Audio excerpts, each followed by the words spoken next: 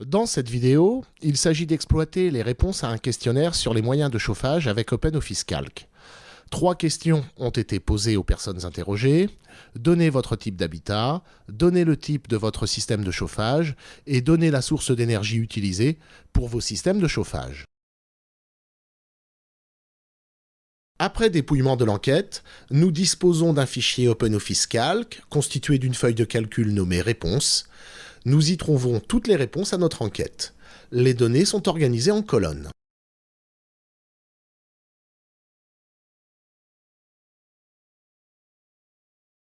Nous allons créer une feuille de calcul pour chaque analyse que nous souhaitons mener.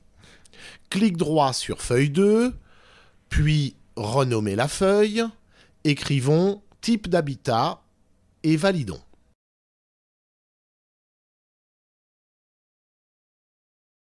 Déplaçons la barre de défilement horizontale vers la droite et renommons de la même façon la feuille 3, nombre de systèmes.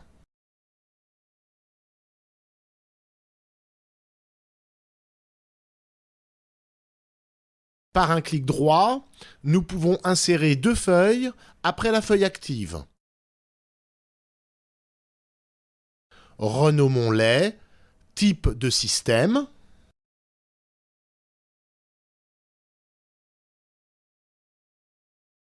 et source d'énergie.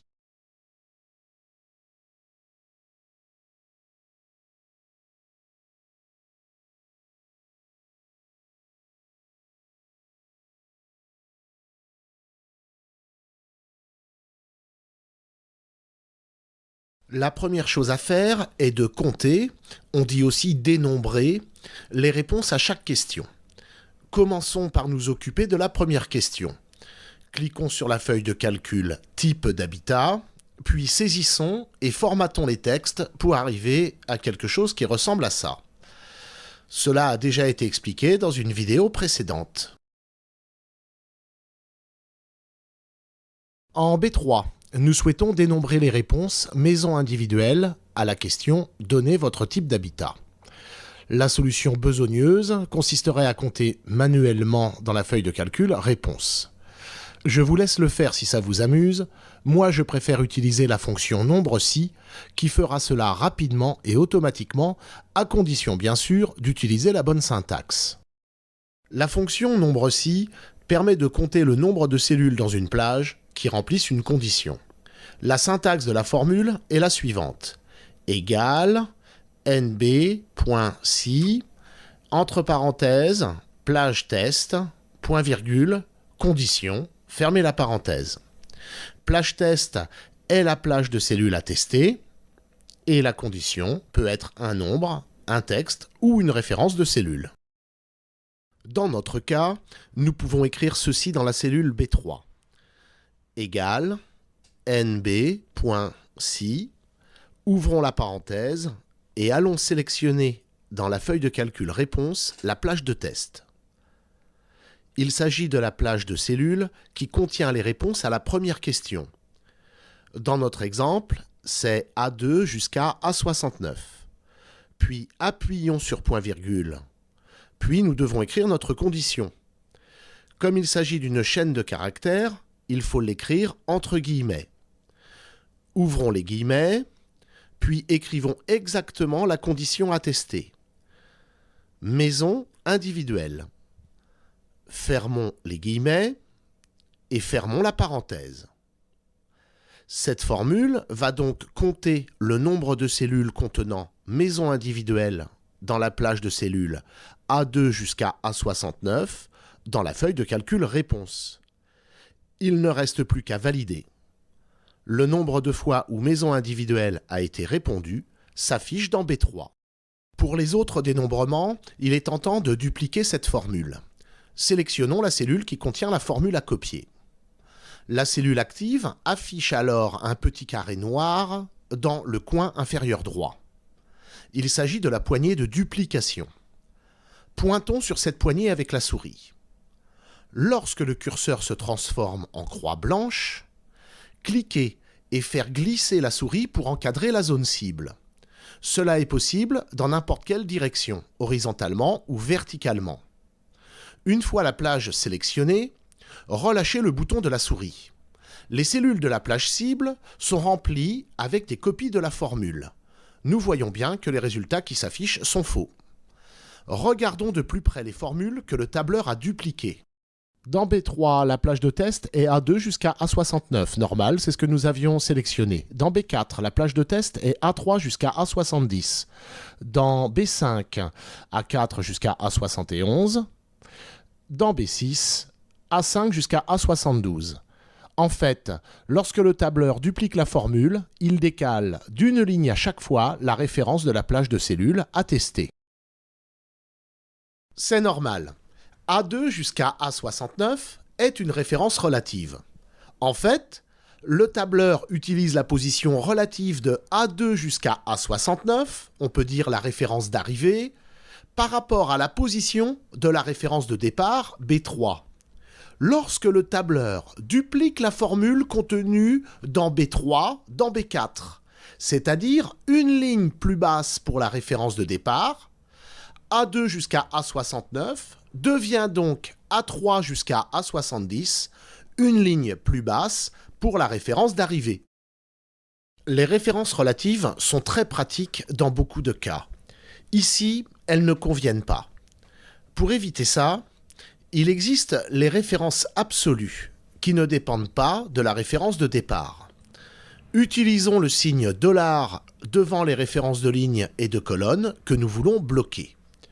$ devant la lettre de la colonne fixe une fois pour toutes la référence de la colonne. $ devant le numéro de la ligne fixe la référence de la ligne. $ devant la lettre de la colonne et le numéro de la ligne fixe entièrement la référence de la cellule. Modifions en conséquence la formule contenue dans B3. Plaçons un $ devant les numéros de ligne. Validons et dupliquons à nouveau cette formule vers B4, B5 et B6. Ce n'est toujours pas parfait, car lorsque le tableur duplique la formule nombre si, il ne modifie pas la condition. Elle est restée maison individuelle. Or, en B4, nous voulons tester la valeur appartement à chauffage individuel. En B5, la valeur appartement à chauffage collectif. Et en B6, autre. Dans ce cas, utilisons comme condition à la fonction nombre si la référence de la cellule qui contient maison individuelle plutôt que la chaîne de caractères maison individuelle elle-même. Dans la formule contenue dans B3, remplaçons entre guillemets maison individuelle par A3. Validons et dupliquons. Les résultats semblent cohérents. La formule définitive à écrire dans B3 est la suivante. Elle renvoie le nombre de cellules où il y a le contenu de A3 dans la plage de cellules A$2 jusqu'à A$69 de la feuille de calcul réponse. Calculons maintenant le nombre total de réponses à l'aide de la fonction somme et calculons les pourcentages. Si nécessaire, visionnez les vidéos Comment faire des calculs et calculer des pourcentages.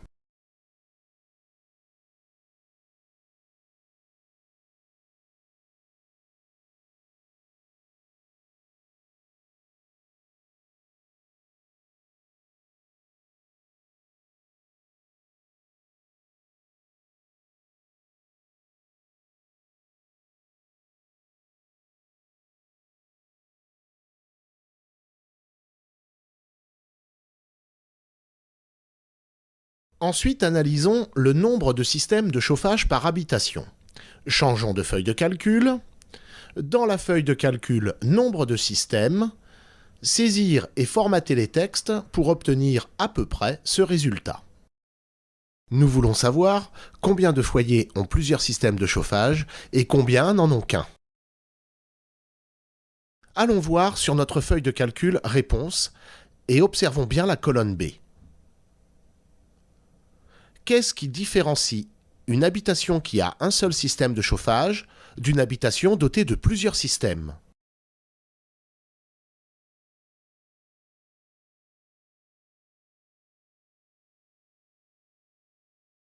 En rouge, les habitations ayant plusieurs systèmes. En vert, les habitations ayant un seul système. Les habitations ayant plusieurs systèmes ont au moins une virgule dans la réponse. Avec la fonction nombre si, le tableur va compter dans la plage correspondante de la feuille de calcul réponse le nombre de cellules contenant au moins une virgule. Le nombre obtenu correspondra au nombre d'habitations possédant plusieurs systèmes de chauffage. Allons-y. Dans la feuille de calcul, nombre de systèmes, plaçons-nous sur B4. Tapons une formule selon le même principe que précédemment. Égale nombre si, ouvrons la parenthèse, allons sélectionner la plage de cellules sur laquelle nous voulons effectuer le test. Dans cet exemple, il s'agit de la plage de cellules B2 jusqu'à B69. Sur la feuille de calcul, réponse. Tapons le point-virgule qui sépare la plage de test de la condition. Ouvrons les guillemets. Tapons la condition, c'est-à-dire virgule. Fermons les guillemets. Fermons la parenthèse et validons. 0, ça ne marche pas. Pourquoi ? Tout simplement parce que cette formule dénombre les cellules dans lesquelles il y a une virgule et seulement une virgule. Or, dans notre exemple, aucune cellule ne respecte cette condition. Il va falloir apporter une modification à notre formule. À l'intérieur des guillemets, plaçons avant et après la virgule la combinaison point-étoile. La combinaison point-étoile permet d'indiquer qu'il peut y avoir du texte avant et après la virgule. Validons. Parmi les foyers interrogés, il y en a donc 49 qui disposent de plusieurs moyens de chauffage. Finissons de compléter cette feuille de calcul. Pour B5, c'est facile. Nous avons déjà calculé le nombre de foyers interrogés sur la feuille de calcul type d'habitat à la cellule B7. Il suffit donc d'écrire égal, d'aller pointer sur B7 dans la feuille de calcul type d'habitat et de valider.